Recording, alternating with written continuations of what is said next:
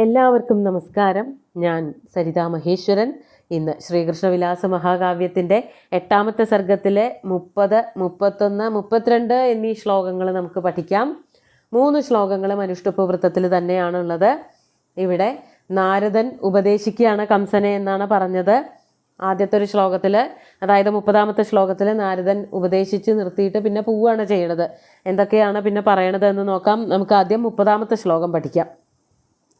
അശക്യ പ്രതികാരോയമനർത്ഥ സമുപസ്ഥിത തഥാപി യത്ന കർത്തവ്യ സദ്യയേവ നൃപത്വയാ. പദച്ഛേദം നോക്കാം ആദ്യം.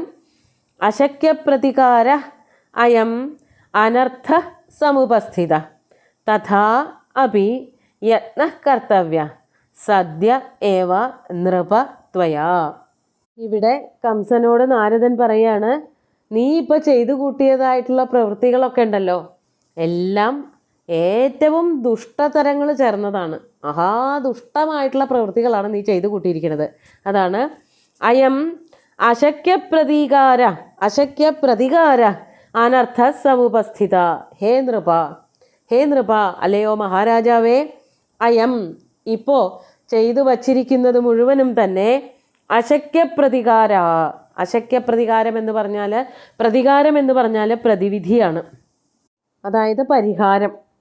ആ പരിഹാരം ഇല്ലാത്തതാണ് അശക്യപ്രതികാരം. അതിനി തിരുത്താനൊന്നും പറ്റില്ല. നീ ചെയ്തു കൂട്ടിയ മഹാപാതകങ്ങൾ എന്ന് പറഞ്ഞാൽ ചില്ലറയൊന്നുമല്ല. മറ്റുള്ളവരെ ഉപദ്രവിക്കാൻ വേണ്ടിയിട്ട് കംസൻ ചെയ്തു കൂട്ടിയ പാപപ്രവൃത്തികൾ എണ്ണിയാൽ ഒടുങ്ങുകയില്ല. അതുകൊണ്ട് ഇതിനൊന്നും ഇനി ഒരു പ്രതിവിധിയില്ല. ആ ചെയ്തതിനൊരു പരിഹാരമൊന്നും ചെയ്താൽ അതുകൊണ്ടൊന്നും മതിയാവണ ദുഷ്ടപ്രവൃത്തികളല്ല നീ ചെയ്തിരിക്കുന്നത്. അതാണ് അയം.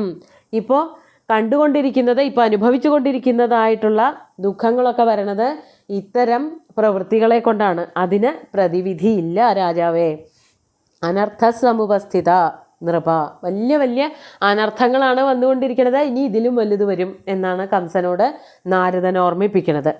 തഥാപി, അങ്ങനെയൊക്കെയാണ് എങ്കിലും, ത്വയാ സദ്യയേവ യത്ന കർത്തവ്യ, അങ്ങനെയൊക്കെയാണ് അങ്ങ് ചെയ്ത പ്രവൃത്തികളുടെ ഫലം തന്നെയാണ് അനുഭവിക്കുന്നത്. നല്ലവണ്ണം വിഷമങ്ങൾ ഒക്കെ വന്നു ചേർന്നിട്ടുണ്ട്. രാജ്യത്ത് മുഴുവനും വല്ലാത്ത ആപത്തുകളൊക്കെ വരുന്നുണ്ട്. ഒക്കെ ശരി തന്നെയാണ്. എങ്കിൽ പോലും തഥാപി, ഇനിയും വേണമെങ്കിൽ ചെറിയ ചില സാധ്യതകളൊക്കെ കിടക്കുന്നുണ്ട്. ഒരുപാട് ഉണ്ട് എന്നല്ല. ഈ ചെയ്തതിനെ മുഴുവനും ഇല്ലാതെയാക്കാനോ എന്തെങ്കിലും പ്രവൃത്തികൾ ചെയ്തിട്ട് ആ പാപങ്ങൾ, ആ ദോഷങ്ങൾ ഇല്ലായ്മ ചെയ്യാനൊന്നും പറ്റില്ല. എന്നാൽ പോലും തഥാപി ത്വയാ, അങ്ങയാൽ സദ്യയേവ, വേഗം തന്നെ, യത്ന കർത്തവ്യ, നന്മ ചെയ്യാൻ വേണ്ടിയിട്ടുള്ള പ്രയത്നങ്ങൾ അങ്ങ് ഇപ്പോൾ തന്നെ തുടങ്ങണം. അതിനി സമയം മാറ്റിവെക്കാനില്ല എന്നാണ് നാരദൻ കംസനോട് ഉപദേശിക്കുന്നത്. ഏതെങ്കിലും തരത്തിലുള്ള പരിഹാരങ്ങളൊക്കെ ചെയ്താൽ കുറച്ച് ഭേദമുണ്ടാവും, അനർത്ഥങ്ങളിൽ നിന്ന് കുറച്ച് മുക്തി നേടാം എന്നാണ് നാരദൻ പറയണത്. അതായത് നാരദൻ അതാണല്ലോ ആദ്യം പറഞ്ഞത്, വേറെ ഒളിച്ചു വെക്കാനൊന്നും ഇല്ലാച്ചാൽ എന്നോട് പറയൂ, എനിക്ക് എന്തെങ്കിലും സഹായം ചെയ്യാൻ പറ്റിയാൽ അത്രയ്ക്കും ആയല്ലോ എന്ന് പറഞ്ഞുല്ലോ. അതിനുള്ളൊരു മറുപടിയാണ് ഇവിടെ കംസന് നാരദൻ കൊടുക്കണത്. ഇനിയും സമയമുണ്ട്, വേണമെങ്കിൽ ഒന്നുകൂടി ശ്രമിക്കാം എന്നുള്ള ഒരു വളരെ പോസിറ്റീവായിട്ടുള്ള വാക്കുകൾ. അതൊക്കെ പറഞ്ഞിട്ട് നാരദൻ എന്താണ് ചെയ്തത് എന്നുള്ളത് കൂടി പറയാണ്. 31ാമത്തെ ശ്ലോകം നോക്കൂ. ഇത്യുക്ത്വാ തം വധോദ്യുക്തം ദേവകീ വസുദേവയോഃ നിവാര്യ യുക്തിമാർഗേണ യയൗ തദനുജ്ഞയാ. നാരദൻ അവിടെ നിന്ന് പോയി എന്നാണ് പറയണത്. അതിനു മുമ്പ് ഈ വാക്കുകളെ കൊണ്ട് ചില പ്രയോജനങ്ങളുണ്ടായി. എന്തായിരുന്നു അത് എന്ന് പറയാണ്. നമുക്കാദ്യം പദച്ഛേദം പറയാം. ഇതി ഉക്ത്വാ തം വധോദ്യുക്തം ദേവകീ വസുദേവയോഃ നിവാര്യ യുക്തിമാർഗേണ യയൗ തദനുജ്ഞയാ. വളരെ അധികമൊന്നുമില്ല പദച്ഛേദം പറയാൻ. ആദ്യത്തെ വാക്ക് തന്നെയുള്ളൂ ഇത്യുക്ത്വാ എന്ന്. ഇതി ഉക്ത്വാ, ഇപ്രകാരമൊക്കെ കംസന് പറഞ്ഞു കൊടുത്തിട്ട്, വേണ്ടതൊക്കെ ഉപദേശിച്ചു കൊടുത്തിട്ട്, എന്താണ് കംസൻ അതുവരെ എന്ത് ചെയ്യാനായിരുന്നു പദ്ധതി ഇട്ടിരുന്നത് എന്നുള്ളത് കവി പറയാണ്. ദേവകീ വസുദേവയോഃ വധോദ്യുക്തം തം. ദേവകിയും വസുദേവരും തൻ്റെ കാരാഗ്രഹത്തിൽ കിടക്കുന്നുണ്ട്. അവരെ കെട്ടിയിട്ടിരിക്കുന്നത് കംസനാണല്ലോ. അപ്പോൾ കംസൻ പദ്ധതി ഇടുമായിരുന്നു, ഇതൊക്കെ കഴിഞ്ഞിട്ട് അവരെ പോയിട്ട് വധിക്കണമെന്ന്, ദേവകിയെയും വസുദേവരെയും. ഈ ഒരു ബാലകൻ എവിടെയോ ജനിച്ചിട്ടുണ്ടെന്ന് പറഞ്ഞല്ലോ. അപ്പോൾ ആ ബാലകന് ജന്മം കൊടുത്തത് ദേവകി തന്നെയാണ്, ദേവകിയും വസുദേവനും തന്നെയാണ്. അപ്പോൾ അവരെ വധിക്കുകയാണ് ഏറ്റവും നല്ല മാർഗം. ഇതിനൊരു പ്രതിവിധി എന്ന് വിചാരിച്ചുകൊണ്ടിരിക്കുമ്പോഴാണ് ഇങ്ങനെയൊന്നും അല്ല പ്രതിവിധി ചെയ്യേണ്ടത് എന്ന് നാരദൻ കംസനെ ഉപദേശിച്ചു കൊടുത്തത്. അപ്പോൾ ആ വാക്കുകൾ കേട്ടപ്പോൾ ലേശം ഒരു മനംമാറ്റം ഉണ്ടായി കംസന്. എന്തായിരുന്നു ആ മനസ്സിൻ്റെ ഒരു മാറ്റം എന്നാണ് പറയണത്. ദേവകീ വസുദേവയോഹോ വധോദ്യുക്തം തം നിവാര്യ. ദേവകിയെയും വസുദേവരെയും വധിക്കാൻ കച്ചകെട്ടിയിരിക്കുകയായിരുന്നു കംസൻ. അതിൽ നിന്ന് കംസനെ പിന്തിരിപ്പിക്കാൻ നാരദൻ്റെ വാക്കുകൾക്ക് സാധിച്ചു. അതാണ് ദേവകീ വസുദേവയോഹോ വധോദ്യുക്തം തം യുക്തിമാർഗേണ നിവാര്യ. യുക്തിമാർഗങ്ങളെ കൊണ്ട്, അതായത് നല്ല വാക്കുകൾ പറഞ്ഞിട്ട് വധമൊന്നും ഇനി ചെയ്യാൻ പാടില്ല, അങ്ങക്ക് വളരെയധികം അനർത്ഥങ്ങൾ വരണത് ചെയ്തു കൂട്ടിയ ചീത്തപ്രവൃത്തികൾ കാരണമാണ് എന്നൊക്കെ പറയുമ്പോൾ തീർച്ചയായിട്ടും ചെയ്തതൊക്കെ ആ ചെയ്ത പ്രവൃത്തികളുടെ കൂട്ടത്തിൽ ഏറ്റവും മോശമായിരിക്കുന്നത് എന്താണെന്ന് ഓർക്കുമല്ലോ. അങ്ങനെ കംസന് മനസ്സിലായി ഈ ഓരോരുത്തരെ വധിക്കുക, ചെറിയ കുട്ടികളെ വധിക്കാൻ വേണ്ടി ആൾക്കാരെ പറഞ്ഞയക്കുക തുടങ്ങിയിട്ടുള്ള പ്രവൃത്തികളൊക്കെ ഏറ്റവും അരുതാത്ത പ്രവൃത്തികളായിരുന്നു എന്ന്. അപ്പോൾ സ്വാഭാവികമായിട്ട് എന്ത് വിചാരിക്കും, ഇനി ചെയ്യാമെന്ന് വിചാരിച്ചു വച്ചതായ ദേവകീ വസുദേവന്മാരുടെ വധം ചെയ്യണ്ട എന്നും തീരുമാനിച്ചു. അതാണ് യുക്തിഭി. പലതരത്തിലുള്ള വാക്യങ്ങൾ ഉപദേശങ്ങളൊക്കെ കൊടുത്തിട്ട് അതിൽ നിന്ന് നിവാരണം ചെയ്തു, അതിൽ നിന്ന് മാറ്റി, ചിന്തയൊക്കെ മാറ്റിയിട്ട് അത് ചെയ്യാൻ പാടില്ല, ദേവകീ വസുദേവന്മാരെ വധിക്കരുതെന്നൊന്നുമല്ല പറഞ്ഞത്, അങ്ങ് ചെയ്ത പ്രവൃത്തികളുടെ ഫലം തന്നെയാണ് അനുഭവിക്കുന്നത് തുടങ്ങിയിട്ടുള്ള വാക്യങ്ങൾ പറഞ്ഞ് ഈ ദുഷ്ട ചിത്തവൃത്തിയായിട്ടുള്ള കംസൻ്റെ മനസ്സ് മാറ്റുകയാണ് നാരദൻ ചെയ്തത്. അങ്ങനെ അതിനുശേഷം തദനുജ്ഞയ തസ്യ അനുജ്ഞയ, അതായത് കംസൻ്റെ അനുവാദത്തോടു കൂടിയിട്ട്, മഹാരാജാവാണല്ലോ, രാജാവ് അനുവദിക്കണം, രാജാവിനെ കൊണ്ട് അനുവദിപ്പിച്ചിട്ട് യയൗ, നാരദൻ അവിടെ നിന്ന് പോവുകയും ചെയ്തു. അപ്പോൾ നാരദൻ വേണ്ടതൊക്കെ ഉപദേശിച്ചു കൊടുത്തു. കുറച്ചൊരു നന്മയിലേക്ക് തിരിച്ചുവിടാൻ പറ്റി, വസുദേവരെയും ദേവകിയെയും വധിച്ചില്ല. അതിനുശേഷം അദ്ദേഹത്തിൻ്റെ രാജാവിൻ്റെ അനുജ്ഞയൊക്കെ വാങ്ങിയിട്ട് അവിടെ നിന്ന് പോയി എന്നാണ് വർണ്ണിക്കുന്നത്. നമുക്ക് അടുത്ത ശ്ലോകം കൂടി നോക്കാം.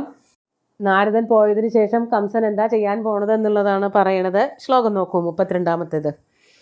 ഗതേ തപോധനേ തസ്മിൻ കംസ കമ്പിതമാനസ അക്രൂരമാനയാമാസ തം ജഗാദ ച സാദരം. വളരെ വ്യാഖ്യാനമൊന്നും വേണ്ടാത്തതായിട്ടുള്ളൊരു ശ്ലോകമാണ്. നമുക്ക് ആ വാക്കുകൾ കേൾക്കുമ്പോൾ തന്നെ മനസ്സിലാവും എന്താണ് കംസൻ അടുത്തതായിട്ട് ചെയ്തതെന്ന്. ആദ്യം പദച്ഛേദം പറയാം. ഗതേ തപോധനേ തസ്മിൻ കംസ കമ്പിതമാനസ അക്രൂരം ആനയാമാസ തം ജഗാദ ച സാദരം. തസ്മിൻ തപോധനേ ഗതേ, ഇവിടെ സതിസപ്തമി തന്നെയാണ്. അങ്ങനെ വേണ്ട ഉപദേശങ്ങളൊക്കെ കൊടുത്തിട്ട് കംസനെ ഒന്ന് നന്നാക്കാനുള്ള ചെറിയൊരു നടപടിയൊക്കെ എടുത്തിട്ട് ഉപദേശങ്ങളെ കൊണ്ടൊക്കെ അങ്ങനെ എന്തെങ്കിലുമൊക്കെ ചെയ്യാൻ സാധിച്ചിട്ട് നാരദൻ അവിടെ നിന്ന് പോയപ്പോൾ, തപോധനനായിട്ടുള്ള നാരദൻ, തപസ്സിൻ്റെ ശക്തിയാണതൊക്കെ, അങ്ങനെയുള്ള തപോധനനായിട്ടുള്ള നാരദൻ അവിടെ നിന്ന് പോയപ്പോൾ കമ്പിതമാനസ കംസ. കമ്പിതമാനസ എന്ന് പറഞ്ഞാൽ മനസ്സാകെ വിറവുണ്ടു. ഇതുവരെ പറഞ്ഞു നിർത്തിയതൊക്കെ കൂടി കേട്ടപ്പോൾ ഇനി താൻ എന്താ ഇനി ചെയ്യേണ്ടത്, എന്തു ചെയ്താലും ഒക്കെ അബദ്ധങ്ങളായിട്ട് കലാശിക്കുകയാണ് എന്ന് മനസ്സിലാക്കിയിട്ട് അതോടുകൂടിയിട്ട് മനസ്സും ശരീരവും ഒക്കെ കൂടുതലായിട്ട് വിറയ്ക്കാൻ തുടങ്ങി. അതാണ് കമ്പിതമാനസ കംസ. മനസ്സാകെ വിറവുണ്ടവനായിട്ട് പേടിച്ചു വിറച്ച കംസൻ അക്രൂരം, അക്രൂരനെ ആനയാമാസ, ആനയിച്ചു, അതായത് അക്രൂരനെ വിളിപ്പിച്ചു. അക്രൂരൻ മധുര രാജ്യത്ത് തന്നെയുണ്ട്, വസുദേവരുടെ ഒരു ബന്ധുവിൻ്റെ മകനാണ്. അക്രൂരൻ ചെറിയച്ഛനായിട്ടാണ്, അപ്പനായിട്ടാണ് വരണത് കൃഷ്ണൻ്റെ എന്ന്, ശ്രീകൃഷ്ണൻ്റെ അപ്പനായിട്ടാണ് വരണത് എന്ന് കഥകൾ പറയുന്നുണ്ട്. ആ അക്രൂരനെ വിളിപ്പിക്കുകയാണ്. ആനയാമാസ, കൊട്ടാരത്തിലേക്ക് വിളിപ്പിച്ചു. വളരെ രാജ്യത്ത് വളരെ സാധാരണക്കാരനായിട്ട് ജീവിക്കുന്ന ഒരാളാണ് അക്രൂരൻ. ആ അക്രൂരനെ രാജ്യത്തേക്ക് വിളിപ്പിക്കുകയാണ്, രാജാവിൻ്റെ അടുത്തേക്ക് വിളിപ്പിക്കുക എന്ന് പറഞ്ഞാൽ കാര്യമായിട്ട് എന്തോ ചെയ്തു കൊടുക്കാൻ വേണ്ടിയിട്ട് തന്നെയാണെന്നറിയാം.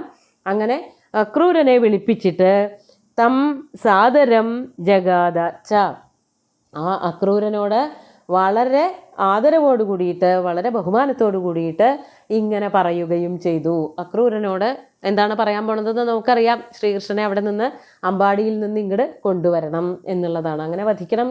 അതായത് കംസൻ വളരെ അങ്ങോട്ട് മാറിയെന്നൊന്നുമല്ല, തൽക്കാലം ദേവകി വസുദേവന്മാരെ കൊന്നില്ല, അത് മാത്രമേ ഒരു ഗുണം ഉണ്ടായുള്ളൂ. ശ്രീകൃഷ്ണനെ എന്തായാലും വധിക്കണമെന്ന് തന്നെയാണ് വിചാരിക്കുന്നത്.